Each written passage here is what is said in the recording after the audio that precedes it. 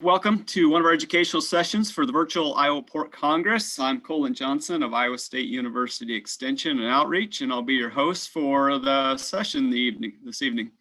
We're glad you've joined us. Look forward to a great discussion tonight on our topic. So as you can see, the 49th Annual Iowa Pork Congress is going to look a little bit different this year, and we have had to limit our number of in-person events and move the educational seminars and the Iowa Pork Foundation auction to a virtual format that you're participating in tonight. So while the shift in events is really kind of a disappointment, the Iowa Pork Producers Association Board of Directors used the core we care principles and values to make decisions to really keep the whole community safer. And as a nation, we've worked through the coronavirus pandemic that's impacting us. So even with these changes, you can still connect with vendors and attend seminars like in the past and support our scholarship program, only this time it's virtually and online. So if you're interested in the other seminars that we have this week in the auction and swine product spotlights or more information about Pork Congress activities, log on to iowapork.org for a complete schedule and to register for those events just like you've registered for tonight's seminar. So before we get started, a little bit about our speakers and about our technology that we're using today. Obviously, you've made it this far and gotten logged in, but you're going to be in listen-only mode this evening, which means we've muted your microphones. And chances are you will have some questions for our speakers, and we welcome those questions. Just type those in the Q&A box that'll appear at the bottom of your screen or on the side, depending on your layout. And in that Zoom window, do that. And I'll be sure that the speaker takes some time to answer those questions for you. So about our program tonight, as you well know, the challenges and the curveballs that were presented to the swine industry due to COVID-19 and some supply disruptions were plentiful and very difficult. But they're also demonstrated within us a lot of resilience amongst our pork producers and just fighting through it. We generated a lot of lessons that were learned, and that's what we hope to share tonight so that as we go about potentially a future concern and issue, we're able to work through it easier. So tonight we have a great panel that'll share some of the strategies that were implemented and used during that challenging time and how those strategies can be applied in the event of a foreign animal disease outbreak or another, just call it a supply chain snafu that might occur. So we're going to listen to all three of our speakers and then have plenty of time for your questions and discussion at the end. And a reminder to type your questions in that Q&A box at the bottom of your screen. So without further ado, this evening, our first presenter is Lucia Hunt, the Acting Director of the Office of Emergency Preparedness and Response at our friends to the north, the Minnesota Department of Agriculture, to cover centralized grinding and composting that was used as Minnesota's response to the supply chain disruption. So the screen is yours, Lucia.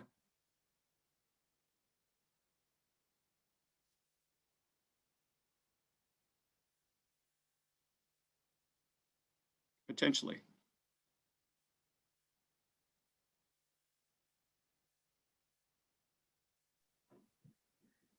Oh, I think they're going to play that video. Yep, we're supposed to play the video. It'll be coming. Okay. So we've got a computer lockup within Pork Congress. Let's go to Sara. Sara, are you able to share yours? Yes, I sure can. So let me talk just a little bit about our second panelist. We're going to start with first is Sara Crawford. She's the Assistant Vice President of Sustainability at National Pork Board. And she's going to talk about the trials that were funded by our Checkoff dollars and some new methods of depopulation. So welcome, Sara, and thanks for rolling with the punches.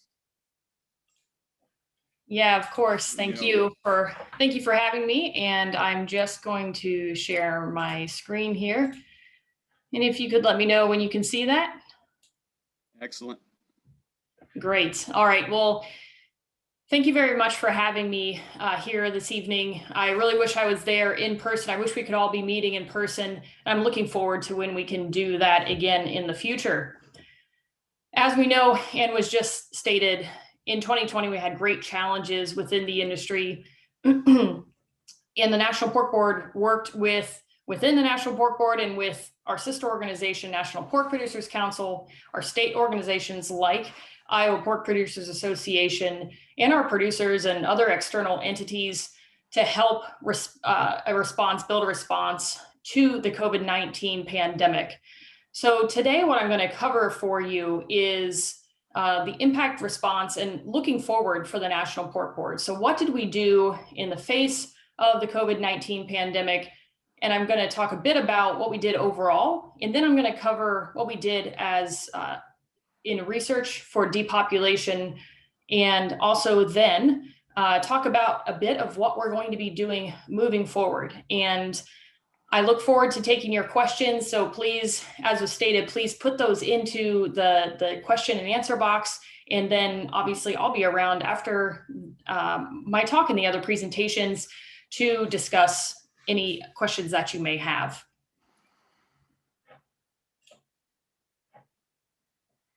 So as we look at the National Pork Board response to COVID-19, throughout 2020, when this really started to show that it was going to be an issue right about this time last year, our staff, so our CEO, Bill Even, and others, and then we have Dr. Heather Fowler on staff, who is our public health veterinarian, started working together to monitor what was going on with this new COVID-19, and discussing what should the pork board's response be, even to how do we run our office and how do we keep personnel in the office.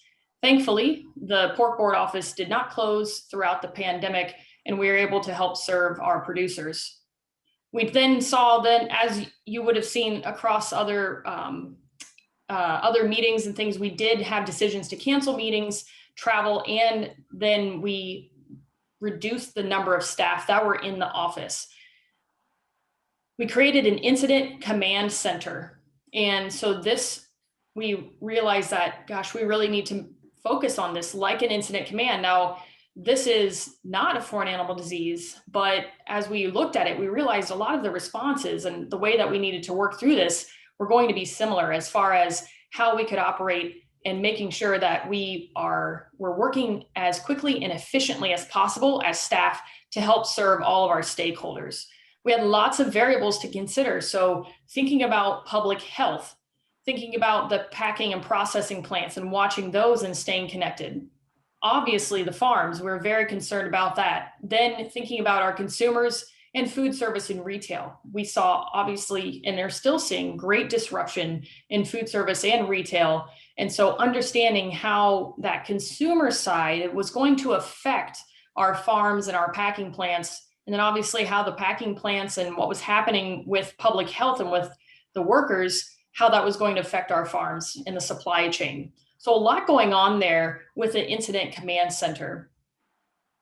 We worked closely with various external entities, such as the state governments, the United States government, our state pork associations, as I mentioned, the North American Meat Institute, the Centers for Disease Control, Food and Drug Administration, United States Department of Agriculture. So we were really working across a great number of outside entities to really help drive anything that we could do to help our pig farmers. Another item here is that we saw that funding was shifted. And so we had our budget for 2020, and we're on a calendar year budget. So we started strong in January. We'd actually changed to a task force model in 2020 for the National Pork Board. And so we had just started up on those task forces. And when COVID hit, the National Pork Board, the board of directors, determined to shift funding so that we could help support the COVID-19 pandemic, and especially depopulation and disposal, and looking at research methods and how could we help our state pork associations. And so we saw that focus on COVID-19 response. And in January of 2020, the Euthanasia and Depopulation Task Force was created. And this task force was made to really to focus on, we were thinking African swine fever and how would we manage depopulation in the face of that. Well, we had already started doing some research, funding research in depopulation when COVID hit. And I'll show you, we were able to then fund even more research to help learn. Again, when we first saw COVID-19 coming and going to be an issue, we worked, like I said, collaboratively across the industry and made producer outreach items. We created resources for producers, like talking about different feed strategies and preparing if COVID-19 came to the farm. We also held weekly webinars and had a weekly e-newsletter to help our producers understand more about what was happening with this pandemic, because now we know more, but think back to March timeframe last year or April, and there were a lot of unknowns. And so we were trying to help through that. As I mentioned, we were able to have a greater amount of funding that was redistributed last year, understanding the severity of what we were seeing in for our producers on farm. And so we were able to then fund field trials, so research field trials for depopulation, but also fund We Care grants. And that was through our producer and state engagement team.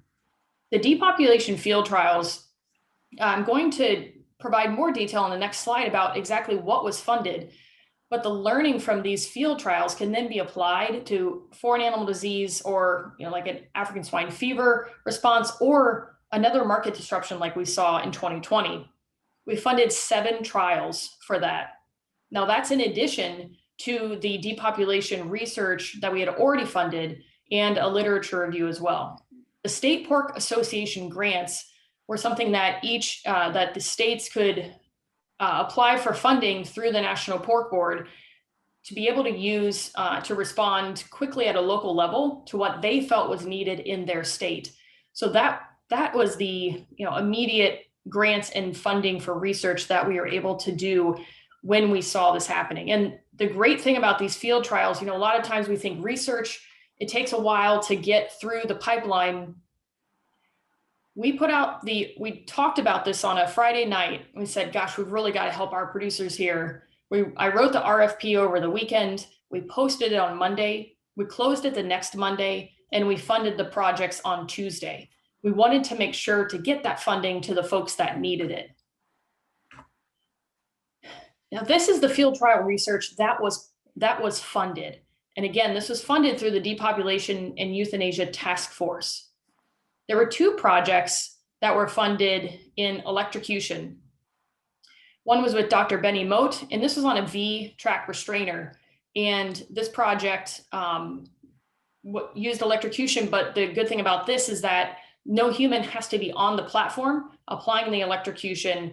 This is a project actually and something that Dr. Temple Grandin had built, and then they made this functional and created this V-track restrainer with electrocution. It works well. They have done this on pigs from as small as about 140 pounds up to large, Duroc boars that are hairy and scruffy at about 600 pounds. And it works for all of the pigs along that. So that worked well. Carthage Veterinary Services with Dr. Colin Johnson, they did electrocution, but it was with weaned pigs and using an electric goad or prod that you would use mainly in small packing plants and used to electrocute the weaned pigs from sow farms. It worked very well as well, and they were able to do a lot of young pigs in a small amount of time, and also it was better for the workers, and they appreciated being able to do that as opposed to some other methods that might be used for weaned pigs. There were 2 sodium nitrite projects that were completed. One was with Carthage Veterinary Services and with Dr. Aaron Lauer, and they were having the pigs, providing them either in feed or water, and they microencapsulated the sodium nitrite because they were trying to get the pigs to eat it better, and also tried some flavoring. They did find some success with that, but they were looking to make some improvements possibly. Also, Dr. Brent Pepin at Pipestone tested sodium nitrite, but on this, they actually used a drench method with pigs and tested sows. This worked at a higher percentage. The pigs died faster, and a higher percentage of the pigs died than if you were looking at them free drinking it or free eating it from their feed. Gunshot, Dr. Chad Stahl and Dr. Thomas Fangman did a gunshot project and there were some complications because at that time ammo was difficult to find. But we were able to find some results where actually found that using certain types of ammunition that we normally could be using on farm might be too powerful and actually go through the pig and could cause some obviously danger to humans or to pigs if that's being used in the barn, or chance of ricochet. Now I realize, I'm sorry, it looks like 2 other projects got cut off of my slide, and those were carbon dioxide projects. And one again was with Dr. Brent Pepin at Pipestone, and they created a modified trailer for CO2, and it worked well, and they were able to do that. And the last one was with PIC, and they were also testing CO2. All of these research reports are on pork.org/research, pork.org/research. And Jamie and Colin, let's make sure we can get that information to the folks for that. So really good research done. And now what we can do is pass that information on to our producers and also on to the American Veterinary Medical Association so that they can use it in the future.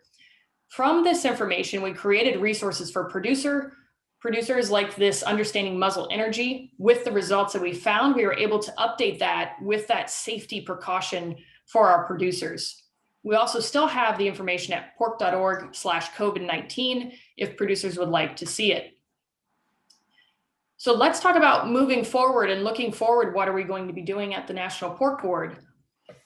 Well, let's thinking about research. What's next for research? So we still need to know more about depopulation and also disposal. Like I said, so we're going to finalize these research reports, make sure they're online. Again, pork.org/research is where you can find more detail about what I spoke of. Also, we want to gather any findings and information from the industry. For people that actually had to deal with depopulation and work through that, let's make sure we understand what you went through and help us help you in the future so that we know. Once we gather that information, we are going to create tools for our producers. So we could be hosting webinars for researchers where we can make different tools so that people can use these on farm. And then also provide this information to our industry and partners, like we said, like the AVMA, the veterinarians. And then next is also focusing on gaps in depopulation research that we need to know and we'll do that in 2021. So we have this year a new depopulation and euthanasia task force. Stephanie Wisdom at the National Pork Board is leading that. And so now she's going to be focusing on creating those tools for the producers and doing more research on depopulation so that we can help our industry. With that, that's all I have. Again, I will be available for questions once the other presenters are completed. Thank you. Yes, thank you, Sarah. And again, just type your questions in the Q&A and we'll address those all after all 3 presenters have shared. So I think we're going to roll back to Lucia. We had a video of hers we're going to share. And again, Lucia is the Emergency Preparedness and Response Director at the Minnesota Department of Agriculture, where they did centralized grinding and composting. So we'll try to get hers up.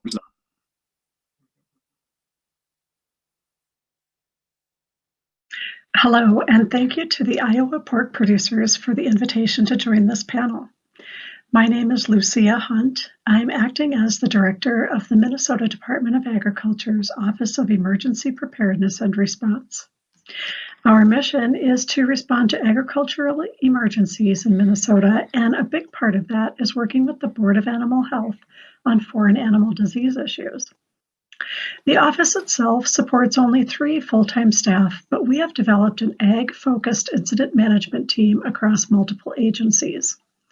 Tonight, I'll tell you about the response to COVID-19 and packing plants that put our training to practice last year. After going through the ASF exercise series in 2019, last February, we demonstrated cold weather composting using cull pigs and research pigs challenged with PRRS. We studied the composting process, aerosolization of DNA while grinding, the fate of the virus, and water quality of the leachate from underneath the piles. We composted treatments using corn stalks, wood chips, and a combination of the two. Temperature graphs show normal heat cycles in all three treatments, so we're confident that winter composting can happen even in Minnesota. But more importantly, the exercise brought together producers and pork industry representatives, the state, and our contractors. We thought we were practicing for an African swine fever outbreak, but little did we know we'd be called into operation so soon.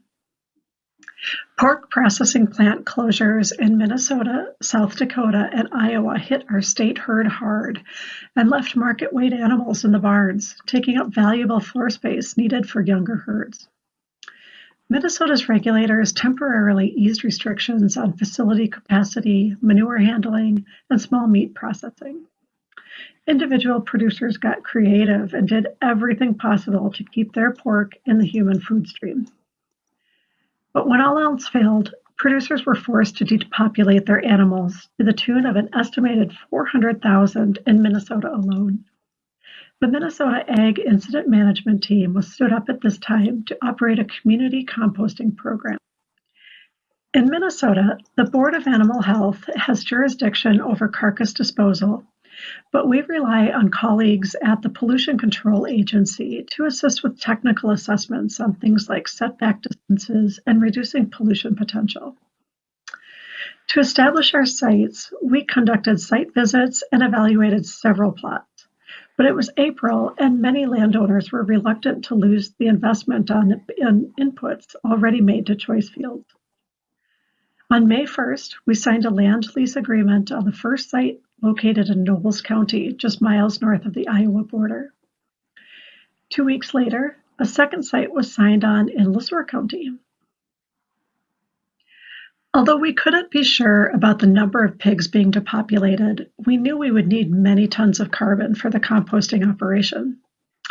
We asked firms from a wide range of industries to fill out an online form with their business information and then displayed results on the Board of Animal Health website for public use. Executive orders were issued by the governor at this time to waive weight limits and hours of service restrictions for truckers hauling animals and carbon. Our contractors set up site layouts, different for each location based on traffic flow, visibility, and safety. The site on the left had one access point to a state highway, so a loop served to drop spots for both carbon and carcass deliveries.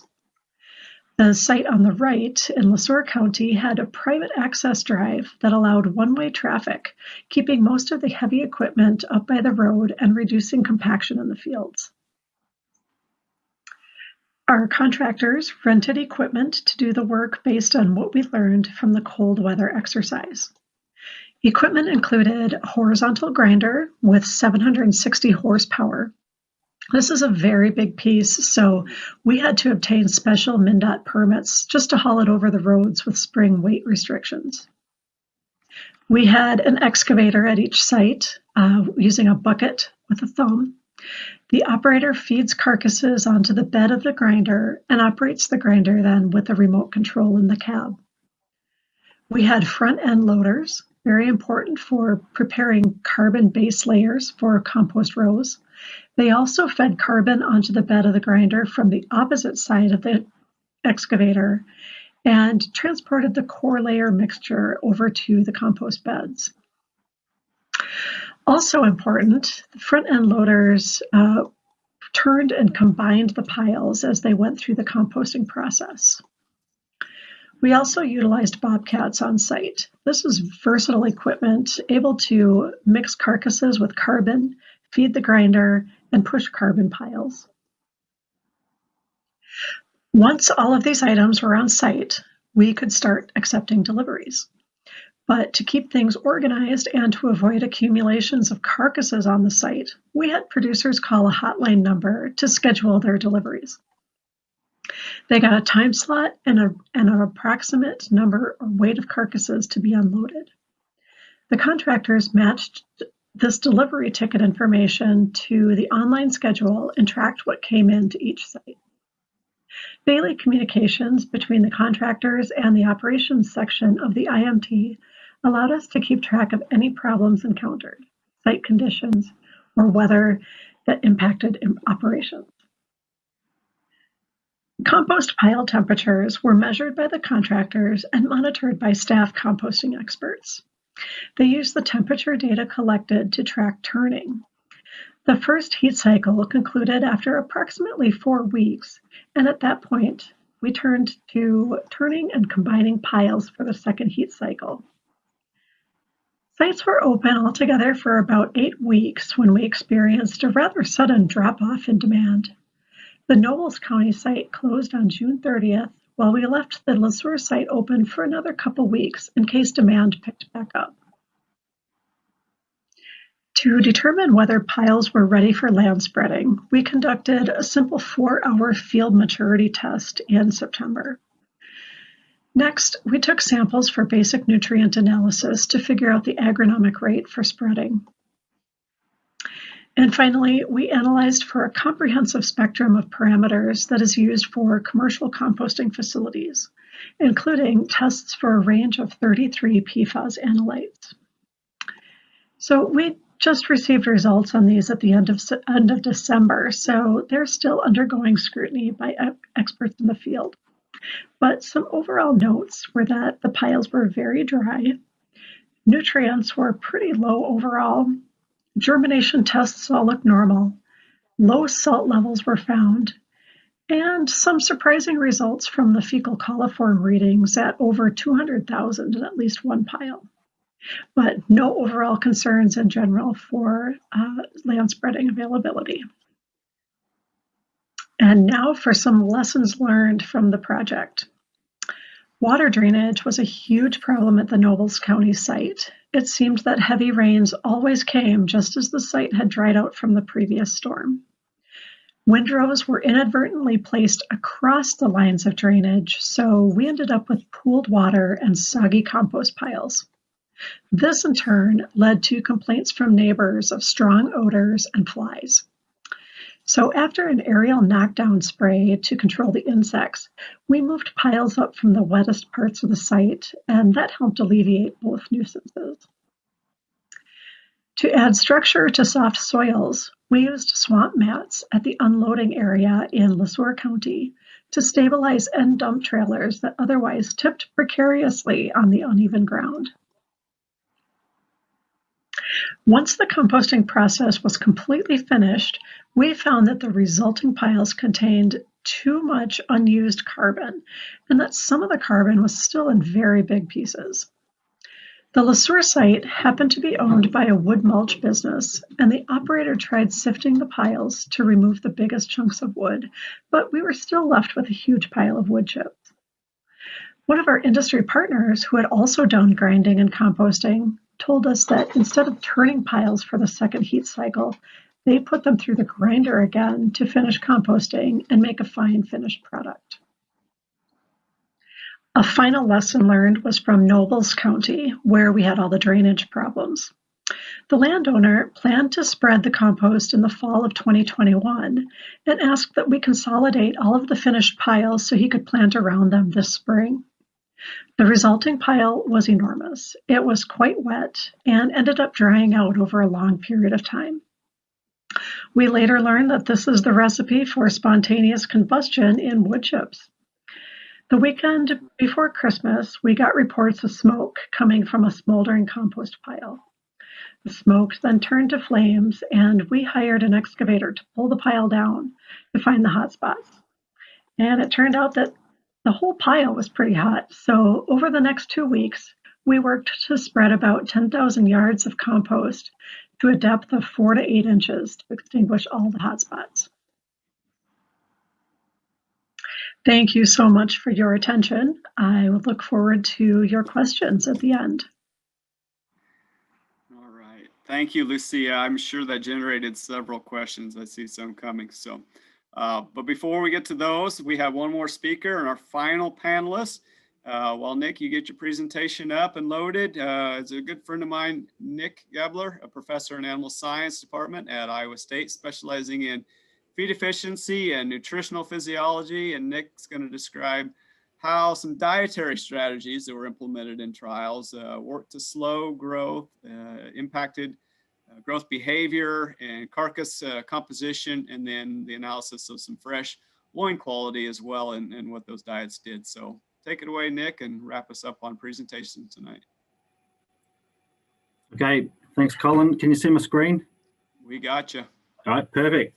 So good evening, everyone. And yeah, thank you for the Iowa Pork Producers and Association for inviting me to share pretty much a summary of what we started back in March. And that is to do with dietary strategies to really slow growth in pigs. So slow growth diets is pretty much what we did. And so this work was all conducted by the Iowa Pork Industry Center here at Iowa State University. And really, a lot of this work started back off some white papers that were written with regard to foreign animal disease outbreaks or potential outbreaks. And so those white papers, I think the Pork Board put one out, Iowa State University put one out, and numerous other places put these white papers out, really looked at how can we actually slow growth or slow the pig growth down if we did have some foreign animal disease. So then we took some initiatives and started doing this when COVID cases started increasing in the Midwest, and then there was potential pressure on our packing industry. So before I get started, I just want to acknowledge that this was a team effort from Iowa State, New Fashion Pork, and Triumph Foods, and it combined expertise across both nutrition, meat science, animal production, etc., to actually get some of this work done. And particularly Jason Ross and John Patience and Emma Helm were instrumental in getting this work, a lot of the work I'm going to show with regard to growth data. So this was a bit of a conundrum for us, because typically as nutritionists and production people, we want to maximize lean tissue accretion. We want to maximize growth rates and feed intake, particularly in our finishing pigs. So really we'll asked a lot, what are some of the dietary strategies that may slow the growth rates down of pigs? Particularly we focused here at Iowa State on late finishing, because at the time there was going to be pressure on our late finishing pigs that couldn't get into packing plants when they were ready to go to market at around that 290, 300 pounds. And then based off a lot of the white papers that were conducted or written back in February, there appeared to be little controlled data available to producers to actually help make the best decisions with regard to nutritional strategies to slow growth down in pigs. And so John Patience, Jason Ross, and myself got together and we thought, well, why don't we just try a little project and just see what we can do to kind of provide some of this data. And so really that project led into some other things, and it was kind of fortuitous because about 3 weeks after we started the project, then we had the actual lockdowns, or at least the shutdowns or slowdowns of the packing plants, and then people couldn't move pigs, and then everyone wanted to know what to do with regard to dietary strategies. But also, as we started this project, everyone was asking us about, well, if we do implement certain dietary strategies, what is the impact on social behaviors of the pig? What is the impact on carcass composition? And so we want to provide data to the industry. So really the overall objective was to evaluate nutritional strategies to slow pig growth rates down, particularly in late finishing, then also to assess if it had any negative consequences on some of these different strategies. So we conducted 2 studies, and I'll present kind of a quick summary of 2 of those studies today or tonight. But really the idea of this was to provide data as fast as we could to the industry, for the industry to make decisions in real time of how they would like to actually go about implementing nutritional strategies to slow pigs down. And when I say this, we'll literally, my Emma Helm and my students and I were weighing pigs that day, and by 3 o'clock we had all the data put into the computer for a 7 o'clock or 6:30 seminar that the Iowa Pork Industry Center was going to put on, and we were providing this data as we went along. And so it kind of felt uncomfortable, because normally we sit on data and try to process it and understand it, but we understood the importance of just getting data out. So every 2 weeks, we're putting on a webinar and trying to provide real-time information of what will be the short-term and longer-term strategies. So what were some of the strategies that we actually implemented? And really, here are the 3 strategies that we looked into. The first was actually increasing the neutral detergent fiber content of the diets. In other words, just bulking up the diet. Can we get fiber above 15, 20%, 25%? And then will that bulking of the diet actually help by reducing appetite and therefore by reducing nutrient and caloric intake and amino acid intake, and thus slowing growth down in the pigs? But we knew that we would have to push fiber quite high. But at the time, fiber was actually a hard commodity to come across. Another strategy was to reduce the protein and essential amino acids of the diets. In other words, what happens if we go for low lysine diet, or if we actually look at diets that are going to be low in branched chain amino acids? And then could we create an imbalance in the amino acid profile of the diet to really restrict lean tissue accretion and thus growth in finishing pigs?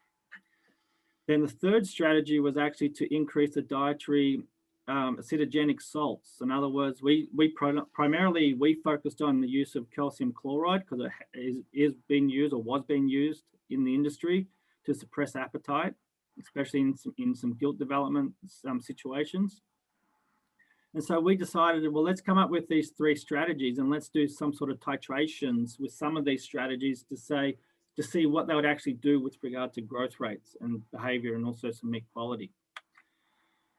So to quickly set up, in our first study, at the time we only had about 48 pigs on hand when we actually started this study. Since the summer, we actually have repeated it, because you've got to remember we started this back in probably late March when this work started, and we came up with 8 different treatments.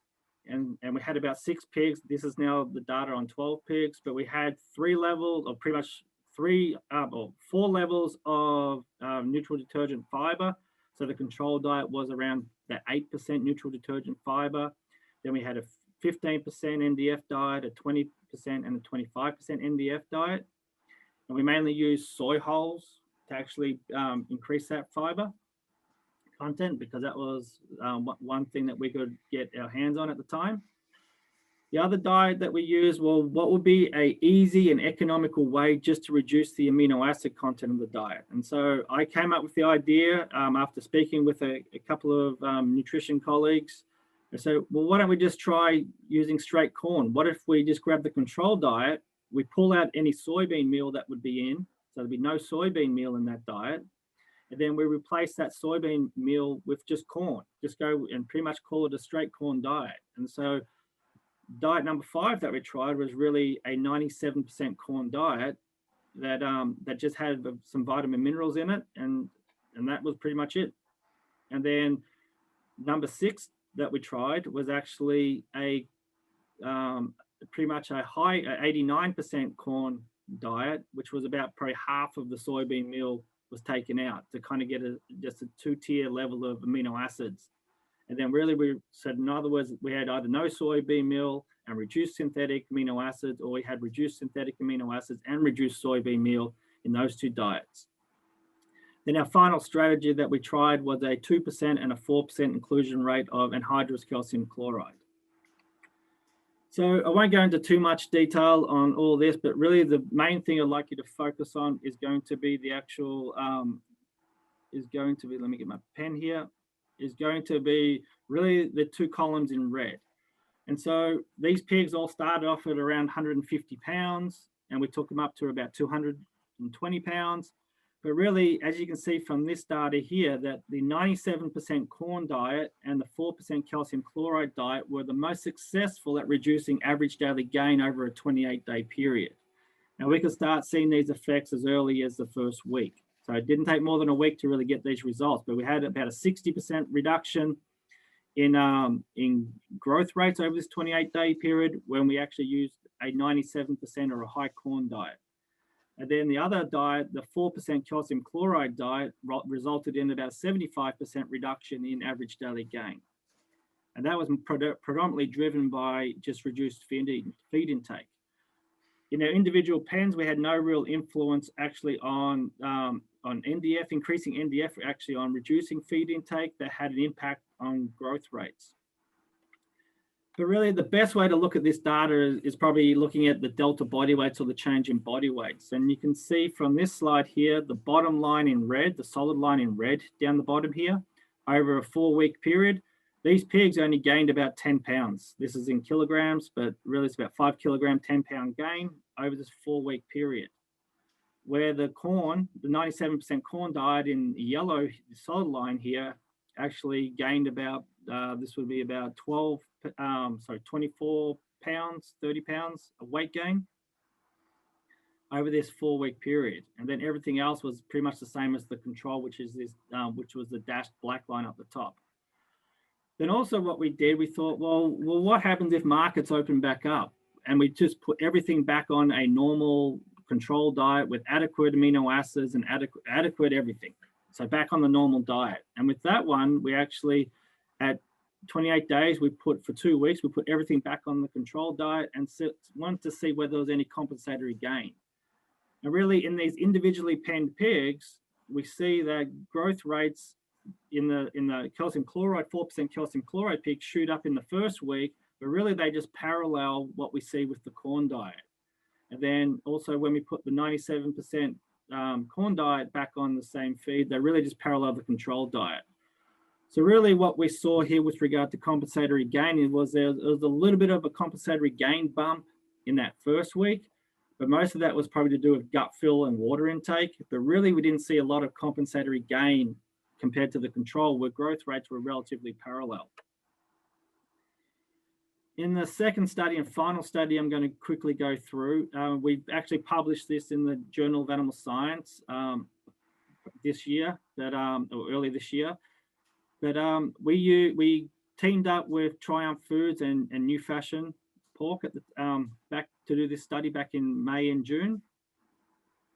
And then we used 900 late finishing pigs. And this study was to kind of use some of the similar dietary approaches, but everyone was asking us, what happens in group pen situations? What happens if you're running around 20, 25 pigs per pen?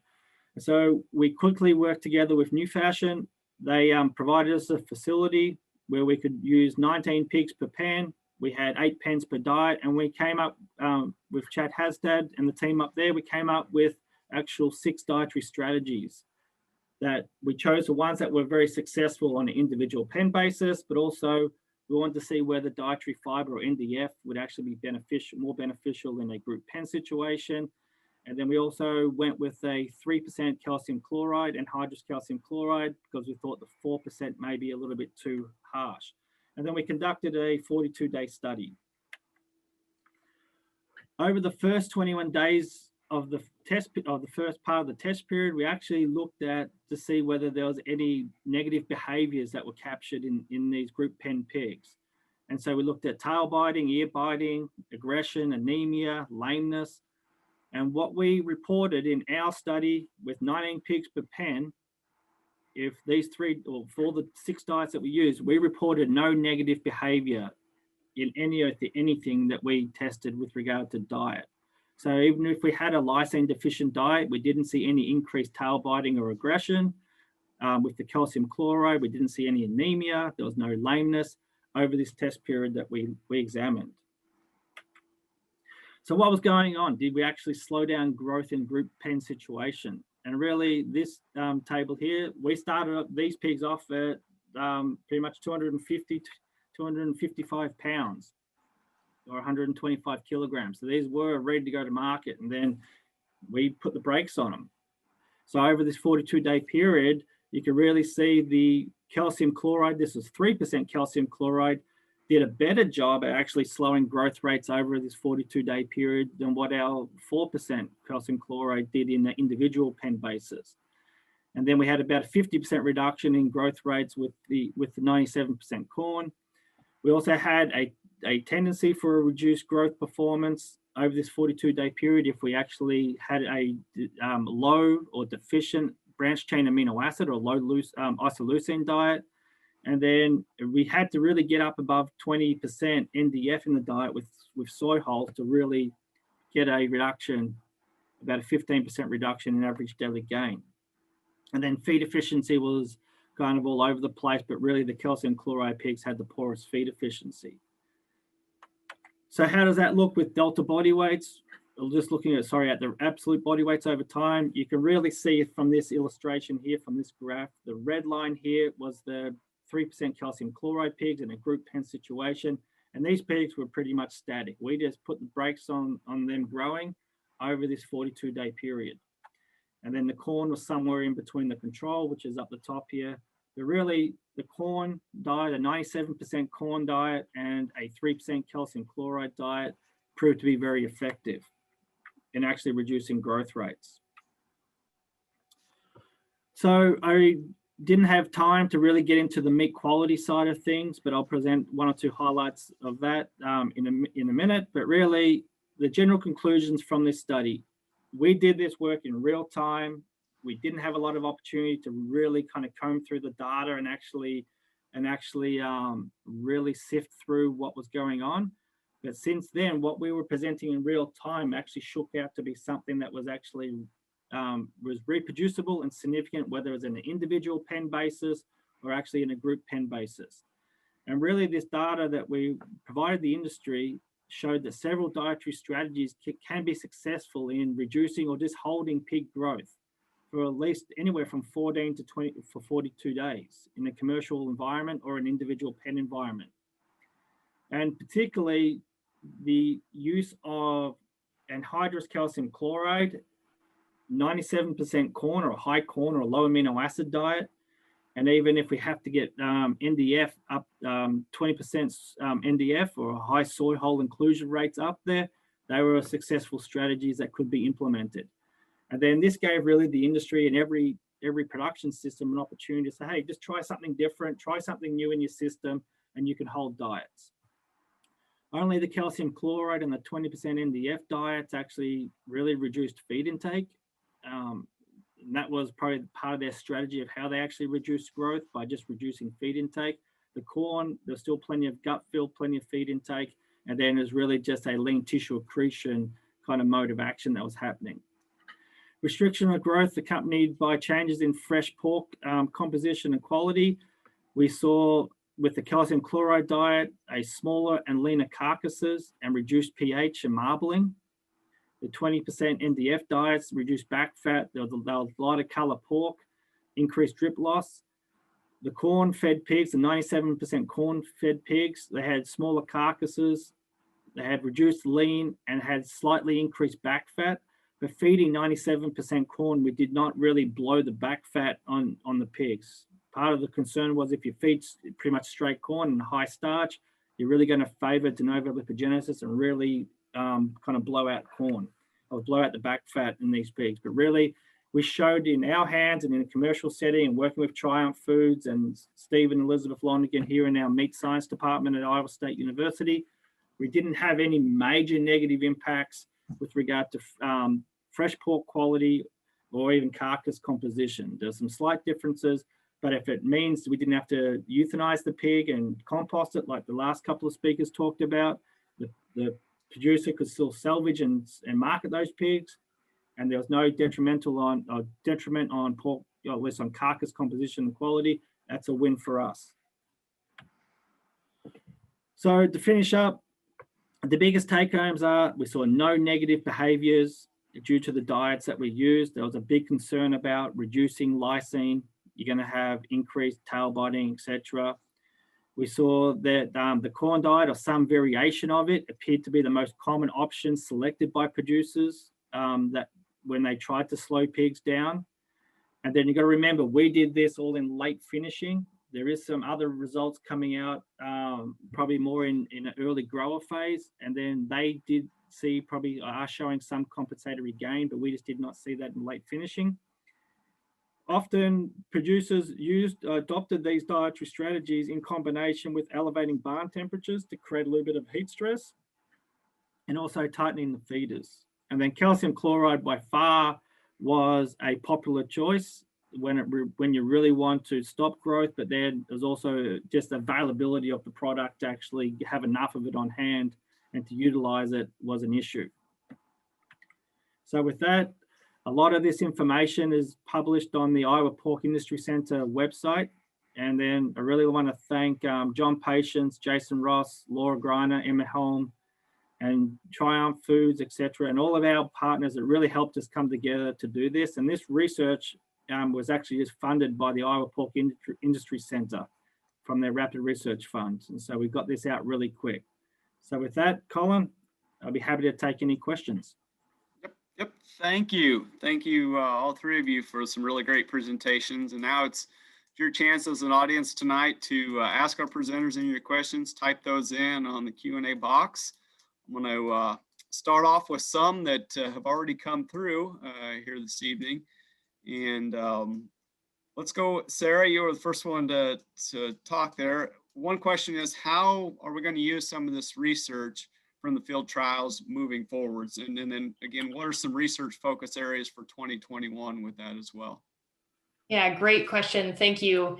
So I didn't have too much time to go into it, but the American Veterinary Medical Association, they create the guidelines for depopulation. And they also create the guidelines for euthanasia and for humane slaughter.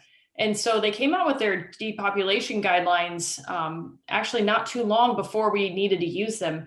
And so one overall goal is to provide the American Veterinary Medical Association with the data from the research projects that we funded so that they can use those then to amend the guidelines or work on those. In addition, the National Pork Board again this year is funding a task force, a depopulation and euthanasia task force, and tools are going to be created for the producers using the information from the research. So the data and the information from the research. And finally, we are partnering with the American Association of Swine Veterinarians, AASV, and they have funding through USDA for the National Animal Disease Preparedness Response Project, NADPREP, to also create tools. And we're going to be doing, in collaboration, doing interviews of people that actually experienced depopulation and going through that last year, and helping determine what tools and resources need to be created for the producers. And so the research that was completed will again go into that information, also interview the researchers that we funded to help determine what tools are going to be created. So that's an idea of some of that. And again, if people have ideas of what tools they want to see on farm, please reach out to me, but also to Iowa Pork Producers Association, and they can pass it on to us. We'd be happy. We work collaboratively in that way. And then the question about what are some of the areas where we're looking this year. The task force is being created now, but some of what we heard last year when we said, well, what gaps do we see for research? What do you want to see? And we asked producers and we asked the researchers. And some of that is, determining if the pigs are unconscious or dead remotely. So if you're using carbon dioxide, how can you determine in that truck if those pigs are unconscious or dead because you can't go in until you exhaust, or if you're using foam, how can we determine that? So that's an example of some of the gaps that we'd want to do. And one last thing in answering this question, last year we funded a literature review. So we asked researchers from Ohio State University to go and look at all of the depopulation research that's been done. And they completed that, and it's actually published online. You can find it on our website, but it's already been published, and it shows, where there could be gaps and where we need more research. And so, for instance, before last year, there were no projects that looked at using foam for pigs like is used in poultry, nothing published. And so that's actually something we funded last year, and maybe that's something that'll be funded again this year, to be determined by the task force. Thank you. And Sarah, while you're on, so in all your observations of some of these depopulation strategies and disposal, what's the best options for producers when it comes to depop? Yeah, so that's a very common question, and one that we received a lot in 2020. And I would say, not to be vague, but we're going to need all of the tools. And for most farms, they're likely going to need to have a number of depopulation tools available and ready. So when you're making your plan for your farm, don't just say, well, we're going to use carbon dioxide and we're good to go. Well, what if there's a shortage, or what if you're not able to do that? And so in talking with researchers and also producers that had to do depopulation last year, if you can have the setup, if you can make it work, carbon dioxide does work well. It's able to do, all pigs of all sizes, which is helpful. And also you can do a number of them at once. And also it's taking them outside of the barn to another location generally. So it's easier for disposal. There was also captive bolt tried last year. Some of those things like captive bolt and gunshot, again, we need that tool in the tool belt, so to speak, but it's not going to be necessarily great if you're doing a large number of animals. And finally, I'd say the research that we saw on electrocution this year. So that's a euthanasia method, but being used for depopulation. And that shows some promise again in specific situations. And so I could see on a sow farm though, using multiple methods, using CO2, but maybe at the same time using electrocution for the wean pigs or something like that. So there's not one perfect method, but it does seem that if people can have access to it in the systems, people definitely thought CO2 was useful. Thank you, Sarah. Lucia had some questions for her online, and Lucia, you answered those, but the rest of the audience can't see those answers. If you want to expound on some of those questions, or I can read those. And one of those, go ahead, Lucia. I got one question about kind of the spreading of the compost and what happens to it afterward. The question said it's not as much the concentration of nutrients in the compost, but the way and length of time it will feed the microbiota in soil. And this is a really important question, and one that we're actually just starting to answer. Fortunately, our project attracted the attention of one of the researchers at the University of Minnesota, and she applied for a NADPREP award, received that just this year. And so she'll be looking at kind of tracking the nutrient availability from the compost as it's spread over time. So that'll take a couple of years to put that all together, but that's a great success. And I will add that was one of the limiting factors for other states that were thinking about starting a disposal program, but were really very unsure, kind of walking into this unknown territory of what they were going to be ending up with. That includes the PFAS level, sort of mysterious compounds that show up everywhere. And so that's why we really decided to kind of go the whole way and really figure out what's in there and what that means for land spreading. However, we did not count on what burned compost looks like. So I guess we have a new angle to explore on that one. And then do you want me to look at the other question? Yeah, you had another question there on really what was the producer reaction to the sites and the whole community, I guess, what was their part and play in it? Yeah, we compensated the landowners for their land. We kind of asked them if they would give up 20 acres. And so that compensation package was supposed to cover any inputs they'd already put on the land, any crop loss issues, for missed opportunities there, kind of a compaction reimbursement, and of course then they got the compost in the end. So it worked out to be a pretty fair deal for those two landowners.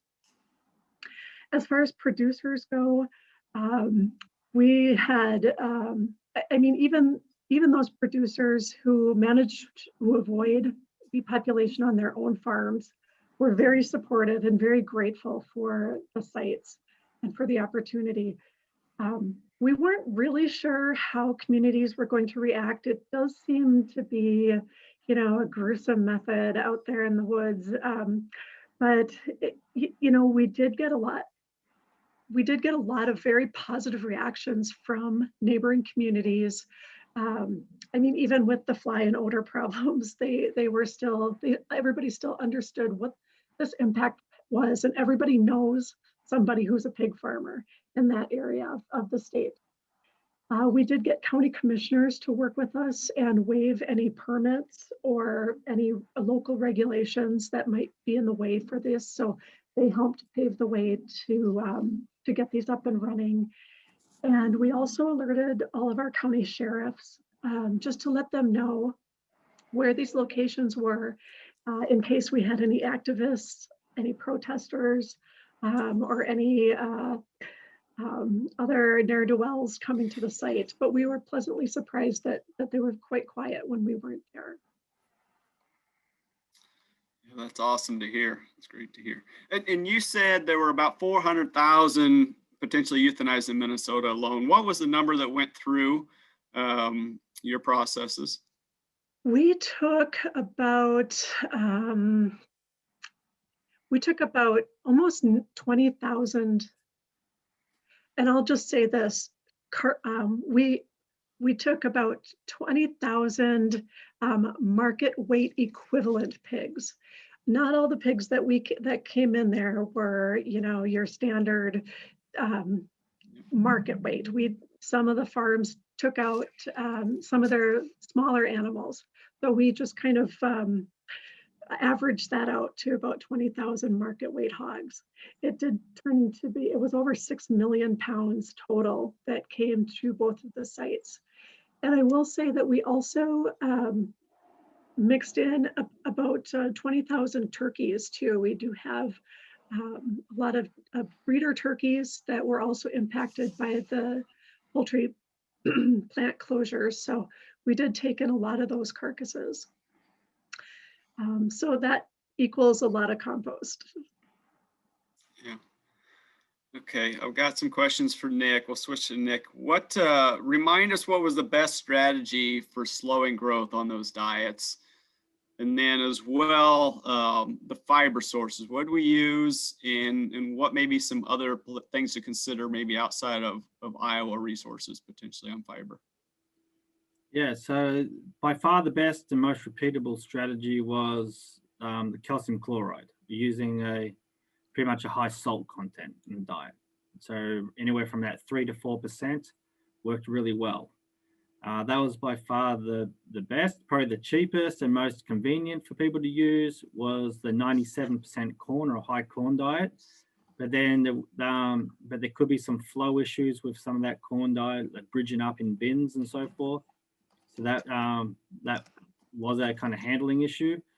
Fiber sources outside of Iowa, really anything that's going to be high in NDF,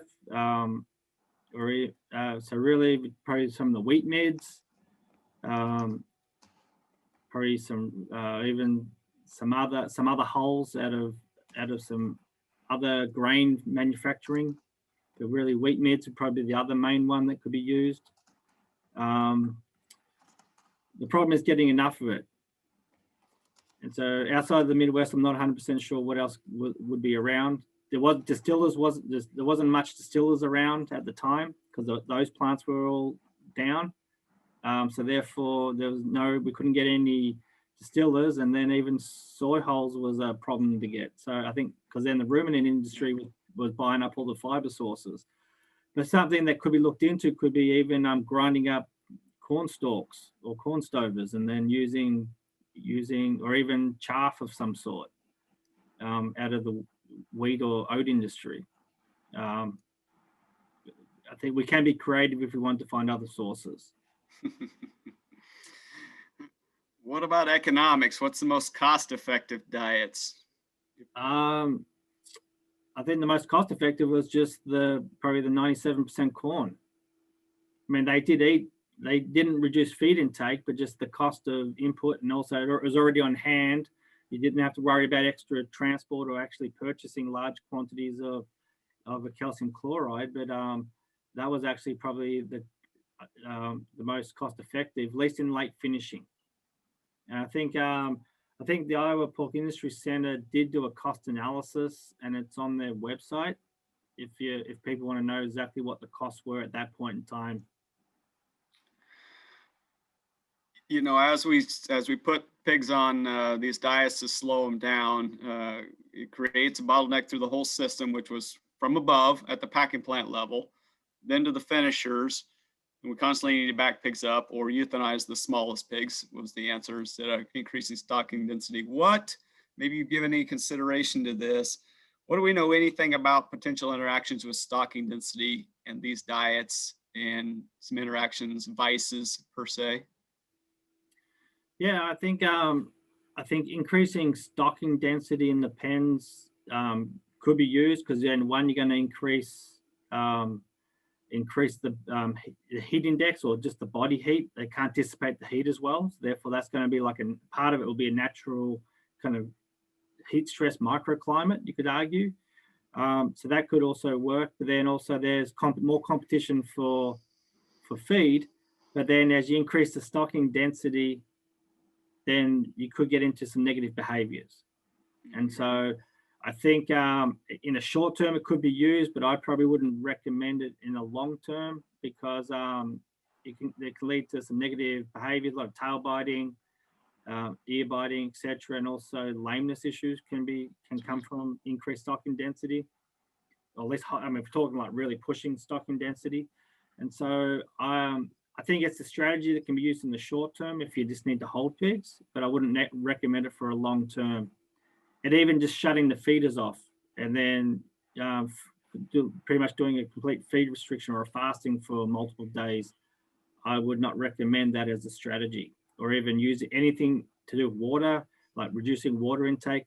I would not recommend that either, because at the end of the day, we got to take into consideration about all the things we're talking about. There's an animal welfare aspect that we have to be mindful of. And so I think we need to find the best strategies with the best animal welfare in mind as well. So there are some strategies that could be good, but it's probably not wise to go down those paths. I think you said that very well. There's one more question, Nick, real briefly. Any thoughts on the question is about restricting feed on gestating sows? Now, granted, we do that on a production basis anyway, just enough to allow for reproductive purposes. But if we need to hold or keep open gestating sows, how low can we go, or what diets would you consider? I know they have used calcium chloride a little bit in gestating sows to reduce feed intake naturally, and then it all depends on the housing systems that are probably used. Depends on the best way you can actually deliver feed if you are going to kind of at least try and feed restrict. So I think diets, the best thing to do is probably going towards more fiber and bulking would be the best approach and most practical approach. And so going to higher fiber, up above 20 to 25% NDF, get up there high in fiber would be probably the best approach to actually really reducing caloric intake in those sows. Yep, agreed. I think that pretty well narrows down our Q&A in the chat boxes anyway. Do any of you have any final comments you thought about after your presentations that we need to close with? Just one thing that I would remind everybody, and I'd be remiss if I didn't say it, we also need to think about mental health across all of this, whether it's depopulation, disposal, even working in the barns, slowing down those pigs. And that's another item that I know, our state associations like Iowa Pork Producers Association worked on, and National Pork Board's working on. Just please remember mental health resources, and let's spread those out through our producer community and help people understand if they need the help with mental health to search for that. And so that's something we really focused on with depopulation this year, last year, knowing what a challenge can be in those situations. Yeah, very, very good, Sarah. We all need to keep that in mind. So thank you to our panelists for sharing some of those engaging thoughts tonight, and to our audience for staying tuned. We've kept you a little bit long. And again, this is recorded. If you have anybody you'd like to share it with in the future, just get onto iowapork.org and find those seminars again. So But before we let go tonight, I do want to remind you of the Iowa Pork Foundation's scholarship auction, the Dollars for Scholars. It's happening online right now until tomorrow evening at 8 p.m., Thursday night, 8 p.m. That'll shut off. And the auction funds a lot of scholarships to support future professionals in the pork industry, our students. And last year, the auction funded 23 scholarships. That's great. So help us support our youth through scholarships by supporting this auction. There's a lot of great items, a lot of opportunities for cash donations as well there. And for more information, go to iowapork.org and look for Dollars for Scholars, or Dollars for Swine Scholars, that is link. And buy one, buy two, buy more items, bid me up. I appreciate that, doing that. There's no limit. We're not gonna not take your dollars. They will make a difference in that effort. So I as well just heard before we got on the seminar tonight that some of our staff at the Iowa Pork Producers Association, the gals have donated a grilling of pork, and the guys on staff are donating some labor. And there's a little competition as to who's going to bring in more money. So get in there, look at what they're offering, and bid them up. So I'd like to see that friendly office fire get going a little bit more. So, but a reminder: register for the other educational seminars we have remaining. And you have to register to watch some of those previous ones as well. And the swine product spotlights that we're doing virtually this year, all at iowapork.org on the website. And thank you for joining us for the 49th Iowa Pork Congress, the 50th one next year. I'll see you at face-to-face, and it'll be a great time. So enjoy your evening. Thank you.